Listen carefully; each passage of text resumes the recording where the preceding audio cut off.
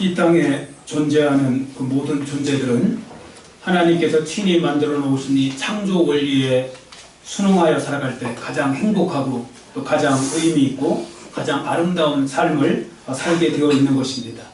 물고기를 예로 들어보면 물고기는 비록 물속에서 상어와 같이 이런 포식자를 만날 때도 있지만 그래도 물속에 있을 때 가장 안전하고 또 가장 어떻게 보면 행복한 삶이 되는 것입니다. 만일이나 물고기가 다른 포식자들이 두렵다고 해서 물 밖으로 나오면 어떻게 되겠습니까? 100% 죽는 것이죠. 또한 물고기는 물속에 있을 때 아름답게 보이는 것입니다. 왜냐하면 물속에서 살도록 되어 있기 때문에 자기의 자리에 있을 때 아름답게 보이는 것이죠. 여러분들 수족관 같은 데 가서도 보시면 아시겠지만 물고기들 얼마나 아름답습니까? 그 사람들이 참 물고기 아름답다고 하지만 여러분들 입장을 바꿔서 예를 들어서 여러분들이 이제 그 수족관에 가서 물고기 아름답다 생각하고 왔는데 집에 와서 문을 다 방문 열어보니까 여러분 침대에 이만한 물고기가 하나 누워 있습니다. 아름다울까요? 대답을 한번 해보세요. 아름다울까요? 어떨까요? 뭐 징그럽고 섬뜩하고 막 그러겠죠. 같은 물고기인데도 어디에 있느냐에 따라서 아름다울 수도 있고 섬뜩할 수도 있고 징그러울 수도 있는 것이죠. 그러니까 창조 원리에 맞게 자기가 있어야 할 곳에 있는 것, 그래야 아름다운 존재가 된다는 것이죠. 여러분 사람도 마찬가지입니다. 하나님께서 사람을 창조하실 때 하나님과 동행하며 살도록 만드셨습니다. 범죄하기 전에 에덴 동산이 바로 그러한 곳이었죠.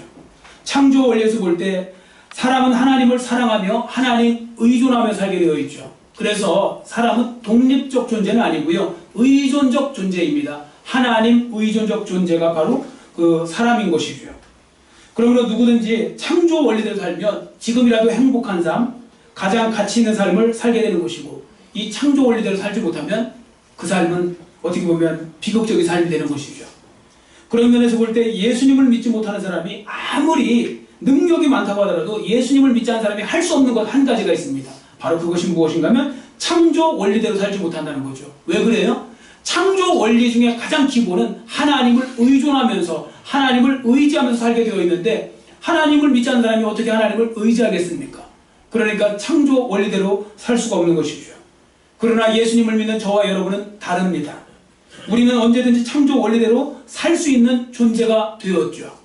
그런데 문제는 그 길을 안 걸어가고 있는 사람들이 많다는 것입니다. 더 문제가 있다면 이런 성도분들이 생각보다 너무 많다는 것이죠. 하나님을 의지하며 살아가야 함을 알고도 그 길을 걸어가지 않는 것입니다. 여러분, 이런 사람들에게 성경은 참 무서운 말씀을 하나 하고 계세요. 어떻게 보면 이러한 사람들의 죄가 더 크다는 것인데, 자, 앞에 보시고 같이 한번 읽겠습니다. 야고보서 4장 17절 같이 읽습니다. 그러므로 사람이 선을 행할 줄 알고도 행하지 아니하면 죄니라. 아멘. 이 말씀은 모르고 죄를 짓는 거와 알고서도 그 일을 행하지 않는 것, 그렇게 따지면 알고서도 그 일을 행하지 않는 건 더 큰 죄가 될 수 있다는 그 말씀인 것입니다. 사람이 선을 행할 줄 알고도 행하지 않으면 죄가 된다는 것이죠.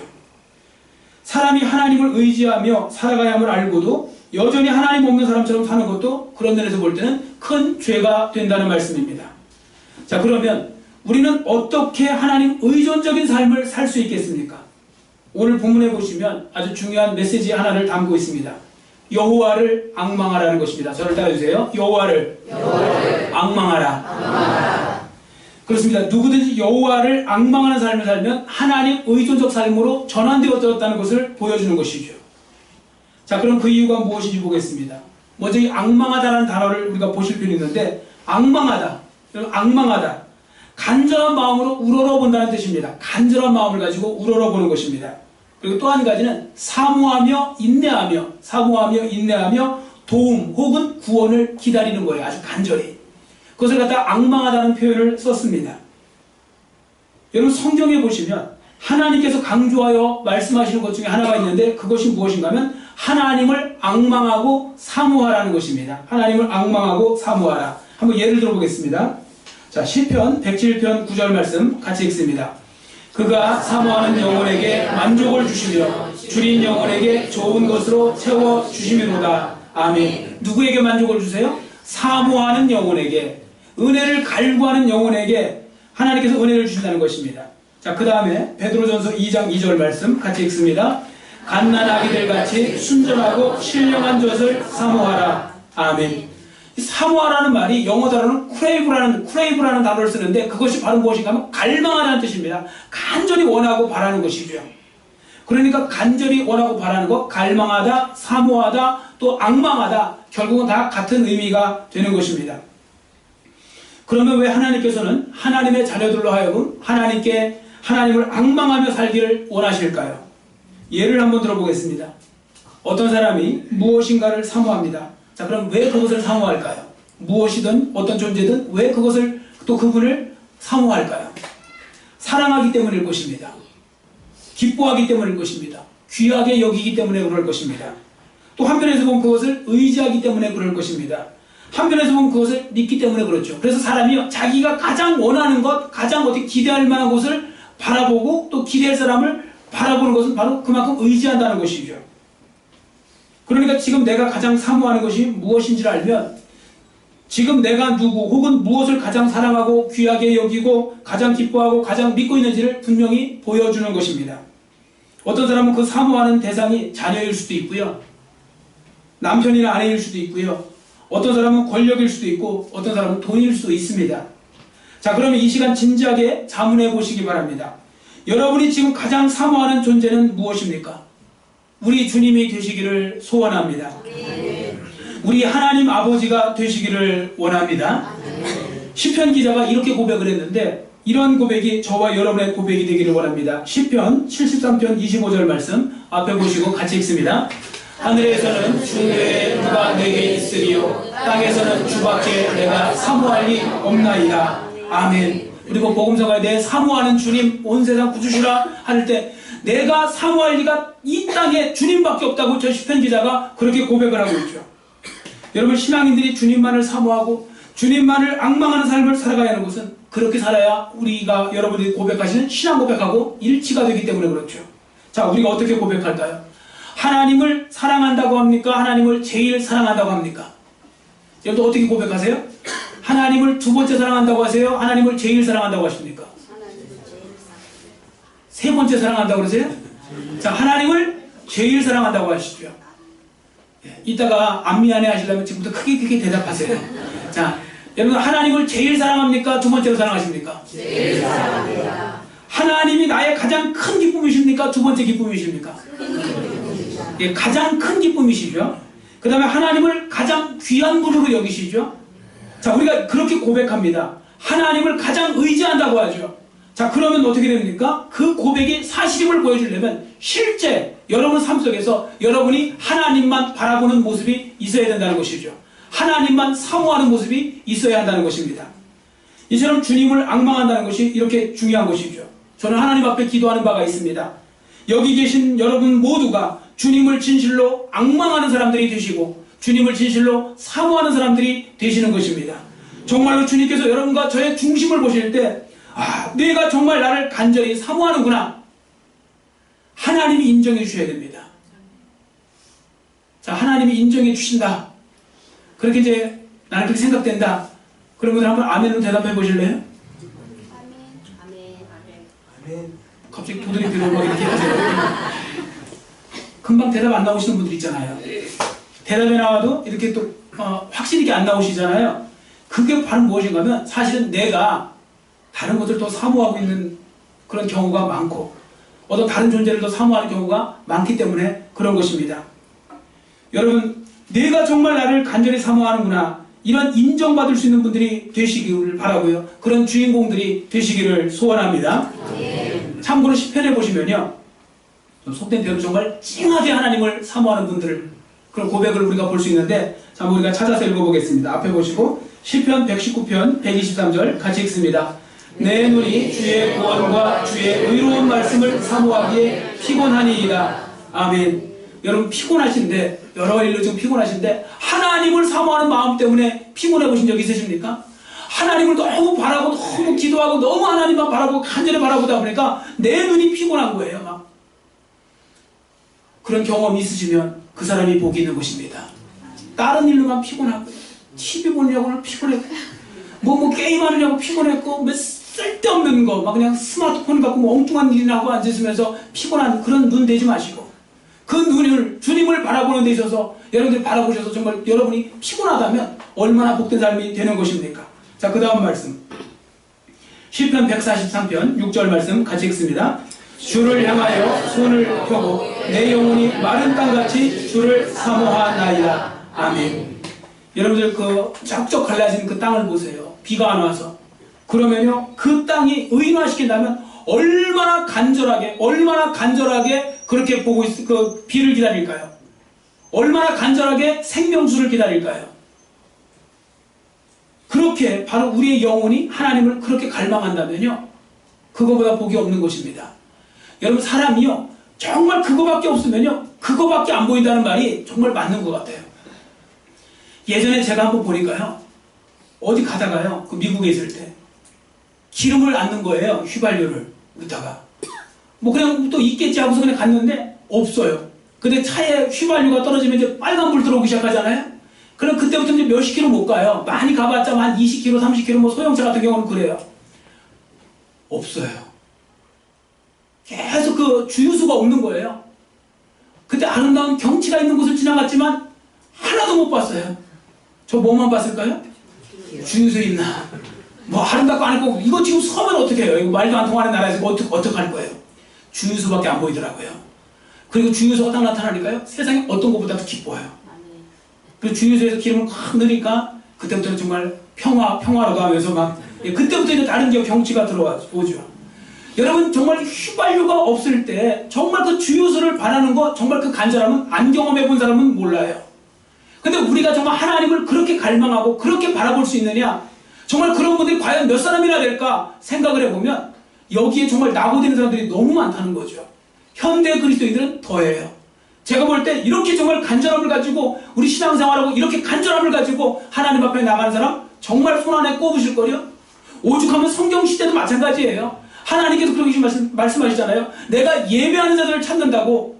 없으니까 찾는 거 아닙니까? 여러분 다 있는데 뭘 찾아요? 그 앞에 있는 분이 여러분 다 예배를 하는데 왜 하나님이 예배하는 자를 찾으시겠어요? 없으니까 찾는 거예요. 그 중에 한두 명밖에 없으니까 누가 예배하는 자인가 하나님이 찾으신다고 하잖아요. 여러분, 정말 주님을 사모하는 분들이 되시기를 바랍니다. 그 사람이 복이 있는 것이죠. 제가 분명히 또 믿는 바가 하나 있는데, 하나님은 사모하는 영혼에게 은혜를 주신다는 것입니다. 사모하는 영혼에게 하나님이 은혜를 주시지 않는 법은 없어요. 은혜를 사모하면 은혜를 주십니다. 하나님이 우리를 위해서 아들 예수 그리스도도 주셨는데 하나님이 은혜를 안 주시겠어요? 사모하면 주십니다. 그 은혜를 사모하셔야 돼요. 제가 이 말씀을 성경에서도 보게 되는데, 말라기서에 보면요, 말라기서 1장 2절부터 3절까지 보시면 이런 말씀이 있는데, 한번 글씨는 좀 작지만 앞에 보시고 우리 같이 한번 읽겠습니다. 나 여호와가 말하노라. 에서는 야곱의 형이 아니냐. 그러나 내가 야곱을 사랑하였고 에서는 미워하였으며 그의 산들을 황폐하게 하였고 그의 산업을 광야의 이리들에게 넘겼느니라. 아멘. 여기 보시면 하나님께서 누구를 사랑하세요? 야곱.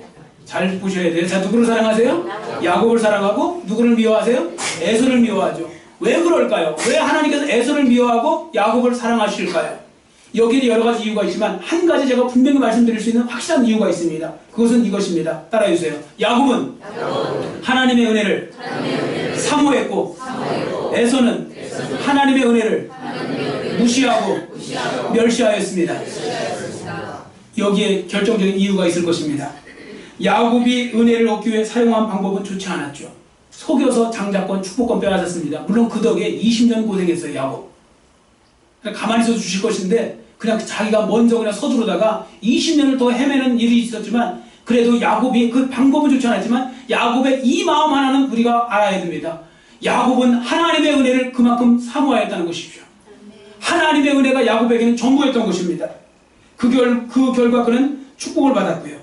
에서는 하나님의 은혜를 소홀히 여겼잖아요. 그 결과 어떻게 됐습니까? 축복의 자리에서 밀려나게 되었죠. 히브리서 12장 16절에 보시면 이런 말씀이 있습니다. 히브리서 12장 16절 앞에 보시고 같이 크게 읽습니다. 한 그릇 음식을 위하여 장자의 명분을 판 에서와 같이 망령된 자가 없도록 살피라. 아멘. 하나님과 하나님의 은혜를 소홀히 여긴 에서를 가리켜서 망령된 사람이라고 했죠. 여러분, 우리 흔히 이런 말 하잖아요. 참 망령 떨고 있네. 이런 얘기 하시잖아요. 이게 참 속된 표현처럼 하는데 보니까 이 속된 표현이 아니라 성경 말씀이에요. 저 망령된 자가 써 있잖아요. 앞에 망령된 자가 없도록. 그 망령 떨지 말라는 거예요. 근데 망령 떠는 것이 무엇일까? 뭐 아무거나 갖고 자꾸 망령 떠네 하지 마시고요. 진짜 망령 떠는 게 뭔지를 알고 망령 떨지 마셔야 돼요. 그것이 바로 무엇인가 하면 이것입니다. 에서와 같이 하나님이 주신 은혜를 가짜게 여기고 소홀히 여기는 것. 그게 바로 망령 떠는 일을 하는 거예요. 극단적인 예를 들어서요. 예배가 소중합니까? 안 소중합니까? 엄청 소중하죠. 예배를 어떤 사람은 드라마 보느냐고 안 나오는 분이 있어요. 그 사람이 지금 망령 떨고 앉아 있는 거예요. 예배와 반상회를 바꾸는 분도 있어요. 그게 망령 떨고 앉아 있는 거예요. 친구들 만나는 거 아니면 또 세상 저기 하느냐고 예배 시간에 그 시간에 나올 수 있음에도 불구하고 그게 뭐 정말 직접적인 뭐 일에 관련된 것도 아닌데도 그냥 내 사적인 즐거움 때문에 그걸 바꾸는 분들이 있어요. 그게 바로 망령 떠는 거예요. 그래서 성경이 이렇게 말하는 거죠. 망령 떨지 말라는 거예요. 근데 우리가 생각해보면 망령 떨는 게 많을까요? 안 많을까요? 엄청 많아요. 제가 보니까 저도 망령 떨 때가 너무 많아요. 자, 우리 서로 옆 사람한테 크게 하세요. 망령 떨지 맙시다. 성경적으로 지금 우리 망령 떨으면 안 돼요. 지금 우리 망령 떠는 게 너무 많아요. 지금 하나님이 주신 은혜를 정말 너무 소홀히 여기고 너무 가짜게 여기고 그렇게 해서 정말 망령 떨는 사람이 너무 많은 거예요. 점점 이 세상이 망령 떠는 성도들로 가득 차고 있어요. 여러분 망령 떨지 마세요. 망령 떨면 안 됩니다. 뭐가 더 중요한지를 아셔야 돼요. 은혜를 은혜로 아셔야 은혜를 받는 것입니다. 하나님이 주신 그 귀한 기회. 여러분들 지금 그런 분들 망령 떨고 있는 분들을 정말 북한이나 이런 데 집어넣어봐야지 가서 그 예배 한 번 드리는 게 얼마나 힘든 것인가. 정말 목숨 내놓고서 예배 드리고 지금 저 IS나 저런 그런 마귀들 같은 그런 존재들 밑에서 예배 드리고 있는 사람들이요. 우리는 정말 얼마나 하나님이 편안하게 신앙생활을 할 수 있게 해주니까 오히려 그걸 소홀히 여겨요. 그게 바로 망령 떨고 있는 거죠. 우리는 망령 떨면 안 됩니다.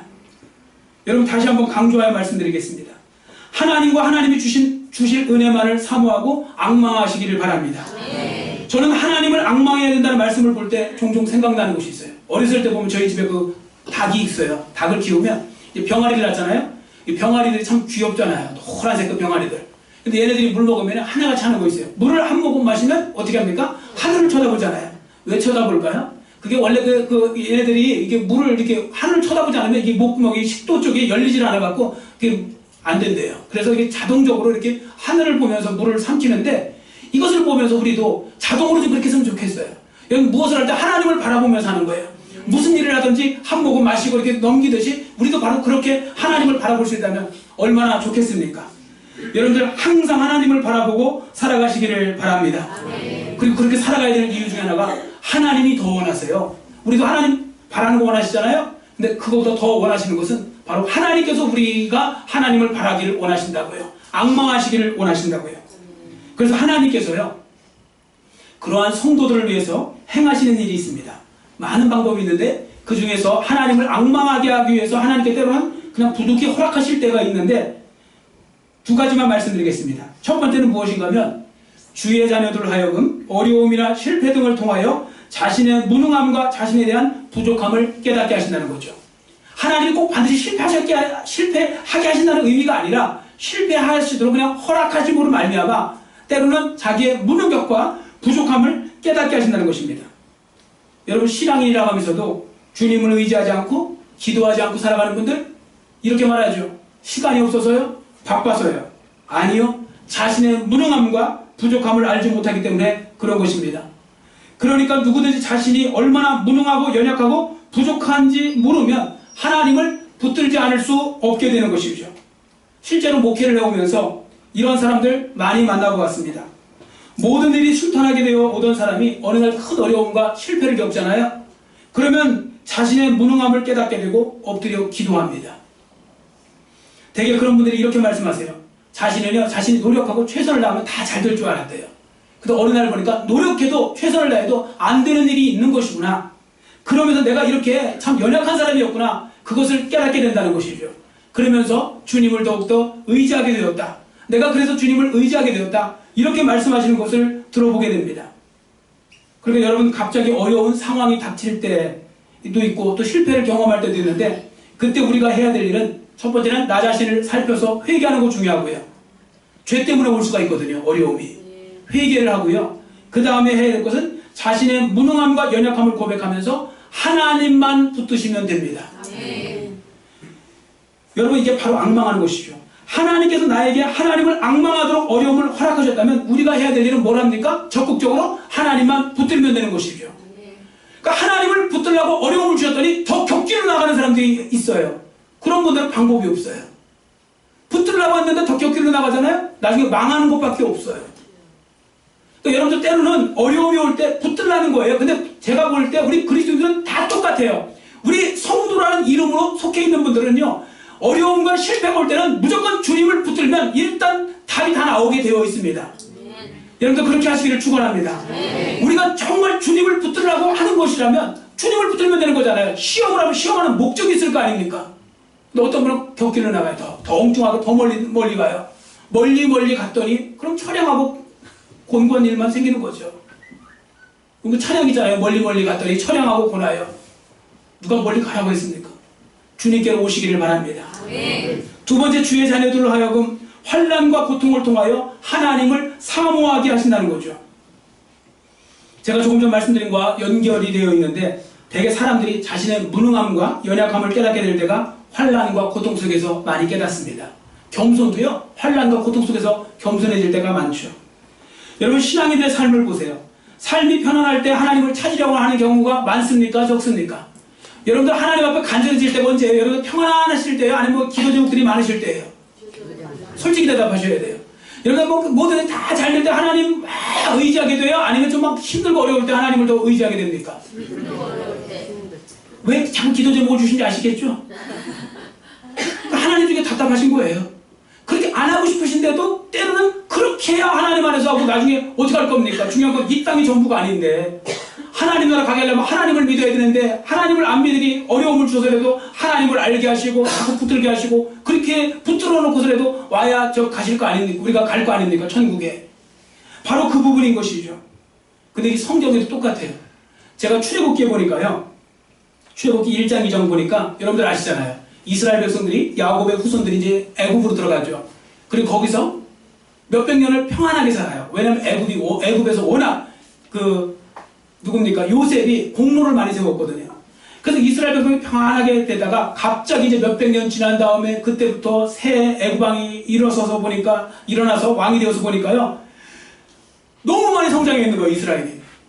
만약에 이스라엘이 성장했는데 외국에서 쳐들어왔어요, 다른 나라. 그 이스라엘 그쪽 편 들어가고 애굽을 같이 공략하면요, 내외적으로 지금 공격을 당하면 위험하겠다. 그래서 그때부터 핍박을 하기 시작하죠. 자, 그래서 그들이 행한 일이 있고, 그 핍박을 하니까 이스라엘 백성들이 또 행한 일이 이렇게 기록되어 있습니다. 자, 앞에 보시고 출애굽기 2장 23절 같이 읽습니다. 여러 해 후에 애굽 왕은 죽었고 이스라엘 자손은 고된 노동으로 말미암아 탄식하며 부르짖으니 그 고된 노동으로 말미암아 부르짖는 소리가 하나님께 상달된지라. 아멘. 보십시오. 이스라엘 백성들은 평안할 때 기도했다는 소리도 없고 하나님을 의지하겠다는 말씀도 없죠. 그들이 부르짖기 시작한 것은 고난과 환난 속에 있었을 때이죠. 차라리 그들이 처음부터 부르짖었으면 어땠을까요? 처음부터 하나님을 온전히 의지했으면 어땠을까요?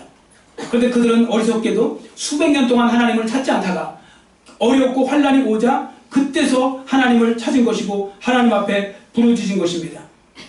여러분, 이러한 출애굽 백성의 모습이 오늘 나에게는 없는지 살펴보시기를 바랍니다. 저도 그럴 때가 많은 것 같습니다. 하나님을 강하게 붙들고 하나님을 앙망하고 사모할 때, 그때가 보면 편안할 때가 아니라 바로 어려울 때였다는 거죠. 그러니까 우리가 해야 될 일은 갑자기 환난과 고난을 당하는 것은 하나님께 부르짖고 하나님을 앙망하라는 신호일 수 있다는 걸 여러분들 아실 필요가 있어요. 여러분, 병도 마찬가지 아닙니까? 어떤 분들은 갑자기 당했다는데요, 웬만하면 갑자기 오는 병은 없어요. 다 전조 증상이 있죠. 전조 증상인데 그 전조 증상을 무시해버리는 거죠. 뭐 뇌출혈이든 뭐 뇌경색이든 뭐든 다 전조 증상이라는 게 있는데 그걸 사람들이 무시해버리는 거예요. 그러는 거죠. 전조 증상이 있어요. 마찬가지로 뭘 하면 신호가 있는데 어려움과 환난이 올 때는 일찍 하나의 신호입니다. 그 신호가 바로 뭐냐? 주님을 더욱더 붙들라는 신호인 것이죠. 그렇기 때문에 그때는 주님을 더욱더 붙들면 답이 나오는 것이고 해결이 되는 것이고 바로 그것이 전화위복되어서 더 큰 복된 역사로 이루어지게 되는 것입니다. 그러니까 우리는 어떤 상황이 벌어지면 원망과 불평하지 마시고 신세 타령하지 마시고 더욱더 주님을 앙망하고 바라보시면 됩니다. 그게 바로 지혜로운 삶이 되는 것이죠.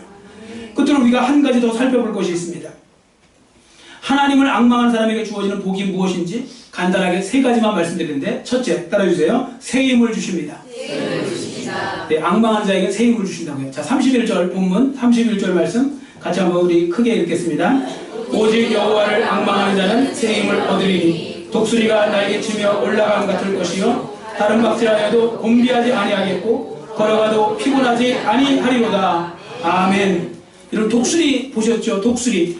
우리나라는 독수리는 별로 없고 이제 우리나라는 매가 좀 있는데 매. 참 힘차게 나르지 않습니까? 저 지난번에 케냐 갔을 때 정말 그 독수리 매 뭐 이런 큰 그 날짐승들 보는데요. 정말 힘차게 날아가더라고요. 그 코덕코덕 하는데도 정말 얼마나 정말 멋있는지요. 얼마나 힘이 있어 보이는지. 자, 그런 모습을 보면서 성경에도 그 독수리가 날개치며 올라갔다는 게 그런 거구나. 그런 힘을 주신다는 것입니다. 여러분, 힘의 근원이 하나님이심을 믿으셔야 됩니다. 참된 힘의 근원은 하나님이십니다. 그러므로 하나님이 힘을 불어 넣어 주셔야 참된 힘도 솟아나게 되어 있는 것이죠. 제가 개인적으로 좋아하는 말씀이 있는데 이 부분을 딱 읽으시면 여러분들도 되게 좋아하시게 될 거예요. 자, 사사기 5장 31절 같이 크게 읽습니다. 여호와여, 주의 원수들은 다 이와 같이 망하게 하시고 주를 사랑하는 자들은 해가 힘있게 도둠 같게 하시옵소서. 아멘. 주를 사랑하고 주님을 앙망하는 자에게 해가 힘있게 솟음같이. 여러분들 해가 동쪽에서 뜹니까? 서쪽에서 뜹니까? 동쪽에서 뜨잖아요. 해 뜨는 거 많이 보셨죠? 여러분, 해가 뜰 때 흐물흐물거리면서 뜨는 거 보셨어요? 오늘 제가 기력이 없나 저렇게 그냥 뭐라 그럴까요? 좀 희말이 없게 이렇게 일어나느냐, 그런 거 보셨어요? 해는요 항상 힘차게 떠올라요. 그래서 해가 떠오를 때 그 점점 커지면서 힘차게 떠오르죠. 바로 그렇게 힘을 주시겠다는 것입니다. 누구에게요? 하나님을 앙망하고 사모하는 사람에게. 여러분 보세요. 예배가 좋은 것이 바로 그거 아닙니까? 여러분, 세상에 살 때 힘들고 지친 일이 있었지만 주님 전에 나와서 주님을 바라보며 예배하고 나면 다시 새 힘이 솟는 것이죠. 지금 좀 새 힘이 솟은 분들은 예배를 잘 들으신 거예요. 왜 이렇게 안 끝나? 뭐 이러면서 지금 힘이 빠진 분들 있잖아요. 예, 그런 분들 막 그 시험 들고 뭐 이렇게 오래 해? 뭐 이런 식으로. 이런 분들은요 아무것도 얻을 게 없어요. 예배 잘 들으시라고요. 예배를 잘 들으시면 하나님도 영광 받으시지만 나한테도 도움이 되는 거예요. 예배 드리면서 힘이 난다니까요. 목사도 마찬가지예요. 저도요 힘이 이렇게 예배를 드리면 뒷부분에 가면서 힘이 나는 이유는 바로 저도 예배의 인도자지만 예배를 저도 드리는 거죠. 제가 예배를 받는 건 아니지 않습니까? 예배를 드리니까 하면서 저도 집중하다 보니까 힘이 나는 거죠. 지금 막 점점 소리가 더 올라가잖아요. 뒷부분으로 갈수록 힘이 나서 그래요. 여러분들도 막 얼굴에 막 힘이 솟아야 돼요. 예, 호랑이 같은 힘이 솟아야 돼요.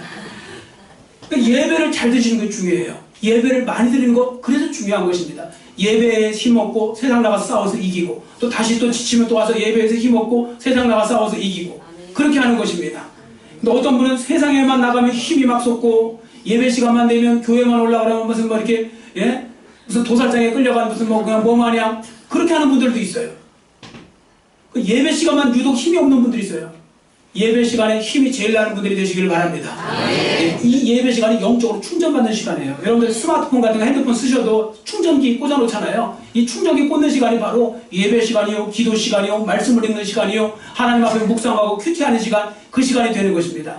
이 시간이 많아야 그 사람이 바로 하나님 안에서 행복한 삶을 살 수 있는 것입니다. 자, 두 번째는 따라주세요. 구원을 얻습니다. 이사야 33장 2절에 보시면 이런 말씀이 있습니다. 자, 앞에 보시면 같이 읽습니다. 여호와여, 우리에게 은혜를 베푸소서. 우리가 주를 앙망하오니 주는 아침마다 우리의 팔이 되시며 환난 때에 우리 구원이 되소서. 아멘. 아침마다 하나님께서 여러분과 저의 팔이 되어주셔서 환난이나 이런 모든 속에서 하나님께서 구원해 주실 것을 믿으시기를 바랍니다. 구원은 내가 하는 것이 아니에요. 내가 하면 어떻게 구원이라고 하겠습니까? 구원은 내가 하는 것이고 하나님이 하시는 거죠. 우리는 뭐만 하면 돼요? 하나님을 바라보면 되는 것이고 하나님 앞에 구원을 요청하면 되는 것입니다. 우리가 구원을 요청하고 하나님을 바라보면 주는 아침마다 우리의 팔이 되시며 환난 때에 우리 구원이 되어 주신다는 말씀이죠. 주님이 우리의 팔이 되시고 우리의 편이 되어주시면 우리가 무서워할 거 아무것도 없습니다. 왜요? 로마서 8장 31절이 이렇게 기록하고 있기 때문에 그렇죠. 앞에 보시고 같이 읽습니다. 그런즉 이 일에 대하여 우리가 무슨 말 하리요? 만일 하나님이 우리를 위하시면 누가 우리를 대적하리요? 아멘. 아무도 대적할 사람이 없는 줄 믿습니다. 하나님께서 나를 위하시는데 누가 우리를 대적할 것이고 우리가 승리하지 못할 이유가 뭐가 있는 것입니까? 그러므로 우리가 해야 할 일은 하나님이 우리 편이 되시도록 더욱더 주님을 앙망하며 바라보면 되는 것이죠. 끝으로 한 가지 더요. 수치를 당하지 않게 해주시겠다는 것입니다. 수치를 당하지 않게 해주시겠다. 시편 25편 3절 말씀 같이 읽습니다. 시편 25편 3절 같이 읽습니다. 주를 바라는 자들은 수치를 당하지 아니하려니와 까닭없이 속이는 자들은 수치를 당하리이다. 아멘. 주님을 바라본다. 즉 주님을 앙망하고 사모하는 자는 수치를 당하지 않게 해주시겠다는 것입니다. 여러분 요셉을 보시면 보세요. 요셉 노예로 팔려갔죠. 감옥 생활도 했죠.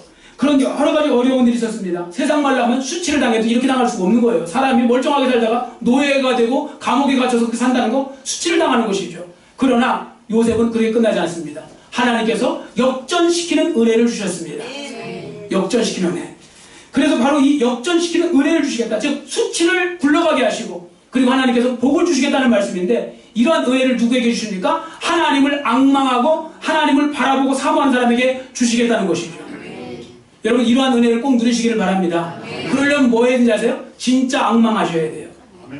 진짜 하나님만 바라보고 해보셔야 돼요. 어떤 분들은 하지도 않고서 자꾸 안 된대요. 세상에 제일 무서운 사람들 교회 한번 나가보니까 별거 없더라. 기도도 한 번 안 해본 사람이 기도하니까 별거 없더라. 여러분 그렇게 함부로 말씀하시면 안 돼요. 진짜 하나님을 앙망하고 사랑하면요 하나님께서 수치를 물러가게 해주시고 하나님께서 궁극적으로 승리케 해주십니다. 말씀 그대로 믿는 거죠. 양당간에 결정하셔야 돼요. 믿든지 말든지. 믿을 거면 제대로 믿으시고요.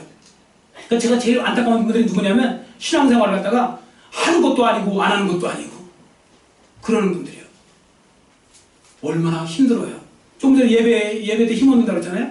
근데 예배 때 힘을 얻지 못하면 반대로요 힘든 거예요. 더. 왜 그런지 아세요? 이 시간에 누워있으면 편하잖아요. 여기까지 교회까지 멀리서 오셔갖고 여기서 예배를 한 시간 동안 예배 견디기를 하시고 어떤 분들은 예배를 드리는 게 아니고 예배 견디기. 예배 견디기의 핵심은 설교 견디기. 뭐 이러면서 막 견디기를 하시다가 끝나고서 이제 그냥 밥이나 한번 먹고 가면 그걸로 힘 빠지죠. 차라리 그 시간에 쉬면 낫잖아요. 그 어떤 분들은 새이죠, 새. 새에 보면 날개 있잖아요. 어떤 멍청한 새가 그랬대요. 무거워 죽겠다고. 무거운 거예요. 그래서 제가 이래서 새 대가리라고 하는 거구나. 뭐 이러면서 날개는 나르라고 준 거예요. 근데 그 날개를 저물고서 있으니까 무겁죠. 그 날개가 차라리 없으면 날 거 아니에요. 차라리 날개를 껴버리면 더 걷는 거 편할 거 아닙니까? 우리 그리스도인들에게도 마찬가지예요. 예배가 날개입니다. 아멘. 나는 시간에 그 시간에는. 아멘. 근데 그걸 갖다 접고 앉아있으니까 얼마나 무거워요. 왜 이 날개를 주셔갖고. 아니요. 예배 시간이 복받는 시간이고 힘 얻는 시간이 되는 줄 믿습니다. 아멘. 어쨌든 역전시키는 은혜가 함께 하실 것입니다. 진짜 앙망하고 바라보면요. 그러니까 우리 교회도요. 제가 볼 때 한 몇 퍼센트 정도가 정말 주님을 앙망하고 바라며 제대로 신앙생활하고 있을까 하면 제가 퍼센테이지 내기는 감히 두렵지만 정말 제가 볼 때 너무너무 없어도 너무너무 없으세요. 근데 우리 교회뿐만 아니라 우리 교회는 그래도 괜찮은 편이에요. 정말 말 같지도 않은 교회, 말 같지도 않은 성도들, 정말 그 스스로 힘들게 이것도 아니고 저것도 아닌 성도들이 많은데 아직도 내 목숨이 붙어 있으면 기회가 주어졌는 줄 믿습니다. 네. 지금부터 하시면 돼요. 예배를 사모하세요. 자꾸 늘리세요. 기도하는 시간 늘리세요. 성경 보는 시간 늘리세요. 자꾸 늘려가세요. 그러면요 하나님께서 크신 은혜 주십니다. 네. 그런 은혜를 누릴 수 있고 그렇게 하시면 돼요. 다른 건 다 발전하는데 신앙생활에 발전이 없는 분들 제일 불쌍한 분들이에요. 신앙생활을 수십 년 했는데도 전혀 발전이 없는 분들, 오히려 점점 퇴보해 가는 분들, 그런 분들 보면 참 안타깝습니다. 지금 점점 그런 시대가 되어가고 있는데 우리가 정신을 차리고서 그렇게 이제 우리가 바로 살아야 되겠죠. 여러분 이 시간에는 왜 하나님께서 우리로 하여금 하나님을 앙망하게 하셨는가를 우리가 보았는데 한마디로 큰 복을 주시기 위해서입니다. 하나님을 앙망해야 새 힘도 얻고 구원도 받고 도움도 받고 수치에서 벗어나기 때문인데 하나님을 앙망하지 않으니까 하나님께서는 하나님을 앙망하고 사모할 수 있도록 때로는 어려움도 허락하시고 환난도 허락하신다, 그 말씀인 거죠. 이제부터는 더 적극적으로 주님을 앙망하는 삶을 살아가실 수 있으시기를 소원합니다. 그러면 그게 창조 원리대로 사는 것이고 창조 원리대로 살 때 가장 행복한 삶이 되는 거예요. 어떤 분이 이렇게 말씀하시더라고요. 요즘 종종 그런 분들 많으세요. 참 세상이 힘들긴 힘들어요. 목사님, 솔직히 요즘엔 회의감도 들고요. 왜 사는가 싶기도 하고 참 어떤 허무함도 들고요. 참 그러네요. 여러분도 그런 생각 혹시 드세요? 제가 뭐라고 대답했을까요? 뭐 여러 가지 대답했지만 한 가지 말씀드리겠습니다. 하나님을 다시 앙망하기 시작하면 다시 행복해질 줄 믿습니다. 그건 분명한 사실이에요. 정답이에요. 하나님을 다시 앙망하고 영적인 일에 힘을 기울이시면요, 다시 행복해지고 보람도 느껴지고 또 어떻게 보면 복도 받게 되고 또 하나님 안에서 의미를 찾게 되고 그래서 의미 있는 삶이 살아갈 수 있게 되는 것입니다. 이 모든 삶의 주인공들이 여러분 모두가 되시기를 간절히 빌고 원합니다. 기도하겠습니다.